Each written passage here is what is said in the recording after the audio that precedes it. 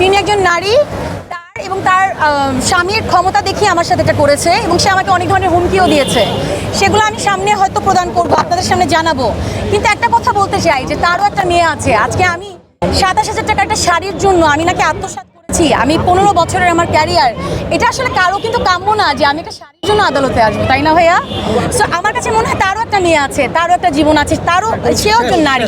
So এই জায়গা থেকে আসলে কারোর জন্যই কাম্য না, আর কেউ যাতে এভাবে হ্যারাস না করে, অ্যান্ড আমরা যাতে আইনের একটা ন্যায় বিচার পাই, এটাই আমার কাম্য থাকবে।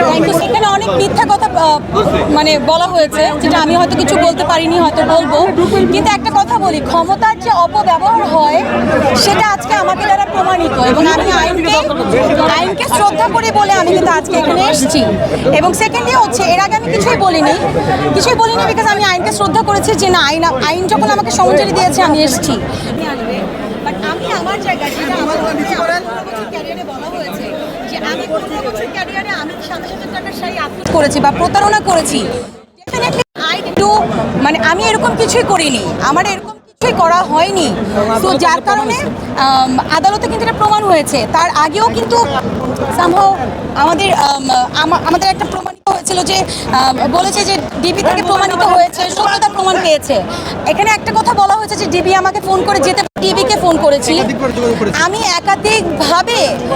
একাধিকবার আমি জিজ্ঞেস করেছি যে আমি কখন আসবো, আমরা কখন এটা নিয়ে বসতে পারি, এবং আমি বলি লিগ্যাল নোটিশের পরে কোনো অ্যান্সার করিনি। আমার কাছে প্রমাণ আছে, আমি তাকে ফোন করেছি, এবং আমি বলতে চাই যে আমার নামে মামলা করেছে, আমি তাকে চিনি না।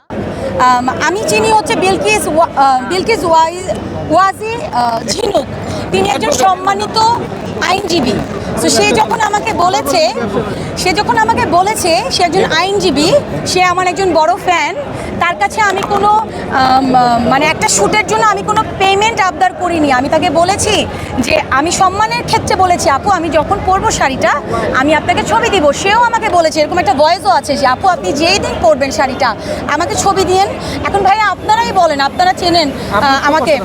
হ্যাঁ, সো আমি কিন্তু স্টোরিও দিয়েছি, আমি ওই শাড়িটার ছবি দিয়ে স্টোরিও দিয়েছি, কিন্তু আমার নেক্সট 5 মাসে শাড়িটা পরা হয়নি। বিকজ আপনারা সবাই জানেন আমি ফিল্মের শুটিং নিয়ে আমি অলমোস্ট 3 মাস আমি প্রিপারেশন নিয়ে ব্যস্ত ছিলাম।